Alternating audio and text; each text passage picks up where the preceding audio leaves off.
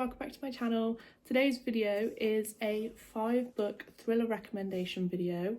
All of these books I have read and have loved so much. So all 5 of these books are in some way part of a series, but 3 of them technically stand alone. It will make more sense when I reveal what they are. So the first book, I have seen everywhere on TikTok, you've probably heard people mention this before, but genuinely, so good. The concept was so different to anything else, and it's a very quick and easy read.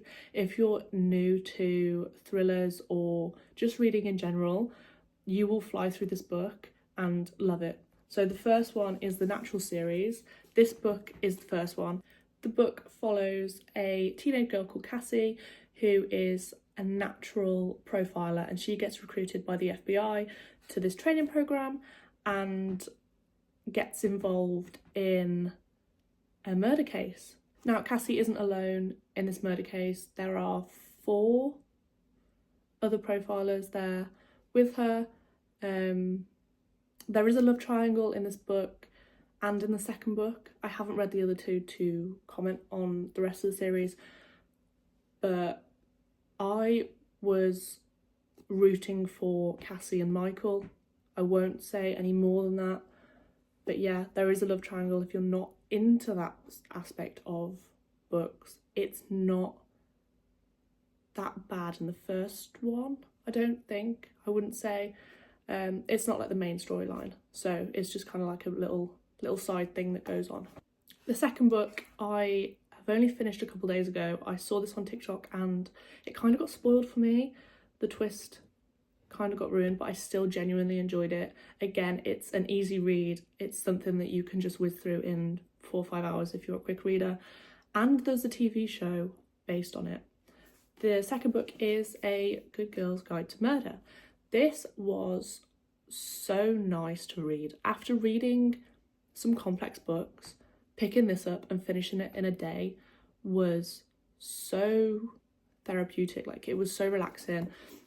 The text is quite large as well, so again, it's an easy read. It's very much aimed towards the young adult range, like late teenagers sort of thing. But yeah, no, it's great. The TV show, however, I watched the first episode. Oh my god, it's so different to the book. So I would, if you're planning on watching the TV show, read the book first, because the show misses out on so many little details, even in the first episode, and you're like, whoa, what is this? That didn't happen in the book. But yeah, no, this follows a schoolgirl called Andy, and she is doing a EPQ, which is, if you're not from the UK, it's an extended qualification sort of thing for, like, you have your A-levels, but then you can choose to do another qualification, and you basically get to pick what it is. My friend did one, and he wrote a screenplay, but in this book she has taken on the challenge of going through a murder case and finding out who actually did it, because she believed the killer didn't do it. So she wanted to prove that it didn't happen the way that the police were saying it happened. And it goes through witness statements, like recordings of text, recordings of phone calls and things like that, and she interviews a lot of the suspects. Very good, very interesting. I couldn't put it down. I read it all in one go. The next 2 books on this list are part of the same series. However, you don't have to read them in a certain order. So the past 2 books were also in a series, but it was like book 1 and then you read book 2, book 3. I started this next series on book 8 and everything still made sense. So the next book on my list is The Devil's Advocate by Steve Kavanaugh. This is, I want to say, book 6 from the Eddie Flynn series, and I see people talking about 13 all the time, so I wanted to give his other books some recognition because they are all incredible. Like, the twists, it's so satisfying watching it all unfold. So basically, Eddie Flynn is a lawyer, but he used to be a con man. So he goes about his court cases in a, I would say, controversial way. Like, he doesn't stick to the rules, really. But this follows a young man who's been accused of murdering a young woman, and we learn early on that this man did not have anything to do with the murder. And Eddie Flynn gets involved in the case, and he only takes on clients that he believes are not guilty. So he takes on Andy. His name's Andy. He takes on Andy, thinks that Andy's innocent, and he has to prove that Andy's innocent. And we get multiple perspectives in this book, from quite a few different people. So it's one of those books you kind of have to pay attention to. And I would say don't read something else in the process of reading one of these books, because you'll kind of lose where you are. But we also have the perspective of Corn. He is the district attorney. I always get confused with who's who.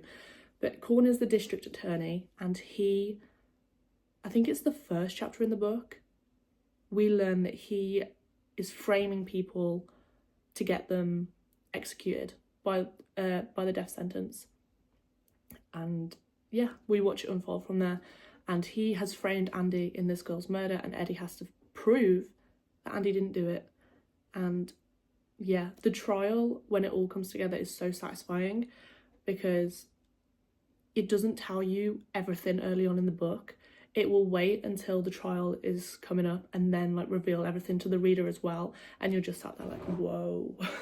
These books, again, take quite a while to read. The text is tiny. It doesn't look like a big book, but the text is teeny weeny.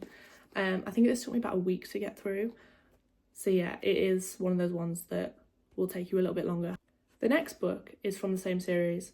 It is the first Eddie Flynn book I read and loved, but it's number 8 in the series.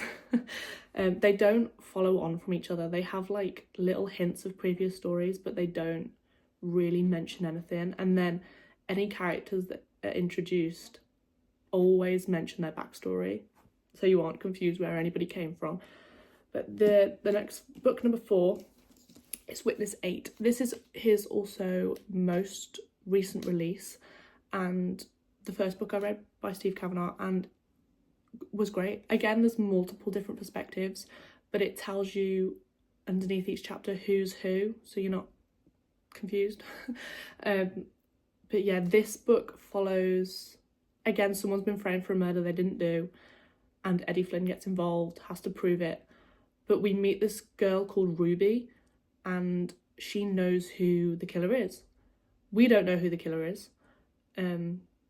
but it also shows Ruby's perspective, and you're kind of wondering throughout the book why she's not telling the whole truth. Like, why did she lie to the police about things?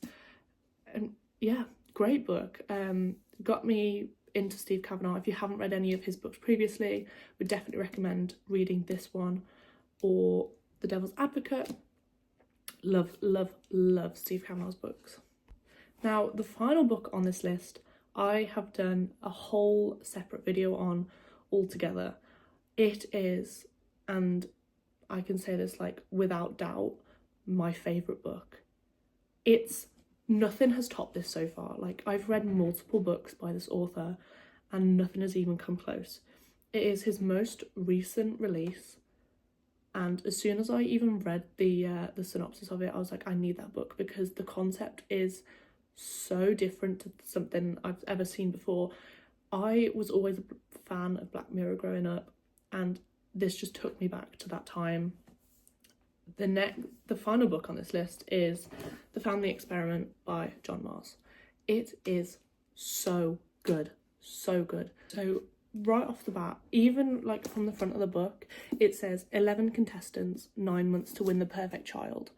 So you're like, what do you mean win a child? Right? But the whole point of this book is it's a TV show, a TV competition to win a child. Does that not just sound bizarre? Like, that's what made me pick this book up, because I was like, I need to know what happens. So the back of the book states, the world's population is soaring, creating overcrowded cities and an economic crisis, and in the UK, breaking point has arrived. A growing number of people can no longer afford to start families, let alone raise them. But for those who are desperate to experience parenthood, there is an alternative. For a monthly subscription fee, clients can create a virtual child from scratch, accessing them via the metaverse and a VR headset. To launch this new initiative, the company behind Virtual Children has created a reality TV show. It will follow its contestants as they raise a virtual child from birth to the age of 18, and in a condensed 9-month time period. The prize, a right to keep their virtual child, or risk it all for the chance of a real baby. So this book follows 6 different families. There's 5 couples and 1 single dad raising a child. You get to page 10 or whatever it was, and your jaw just drops, and it's like, really, this early on in the book that is happening? I can't even put into words how much I love this book. If I could read it for the first time again, I would. I will always promote this book. So the whole time throughout this book, they go from like newborn babies and the struggles of having a newborn baby, and then in the 9-month time period they grow up to 18 years old. Now every month one family gets like chosen for, I can't remember what they describe it as in the book, but it's like a monthly challenge, and they have like, the viewers are watching to see how they deal with that monthly challenge, and they either get red hearts, means they're doing a good job, or black hearts mean the viewers aren't enjoying what they're seeing. There's a lot of black hearts in this book. It does not go well for the majority. I hate to say that, but it doesn't. I'm not going to say why, I'm not going to say how, but yeah, it goes downhill for some of the families. So good. 100% would recommend this. It is one of John Mars's sci-fi books. It's in the same universe as The One and The Marriage Act and that whole series of books. Personally, I prefer these books over John Mars's psychological thrillers. I just think they're more, I think the writing's a lot better and the twists are a lot better. Like, I wasn't seeing any of this coming. But yeah, 100% add this to your wish list for Christmas. Just go buy it from Waterstones now. I'm not sure when the paperback version comes out. I believe it's still in hardback at the moment. I think I paid £20 for this. But yeah, so good, so worth the money. But that is all for today's video. I hope you take my recommendations into account, and if you do, I hope you enjoy them. But thank you all so much for watching, and I will see you in the next video. Bye.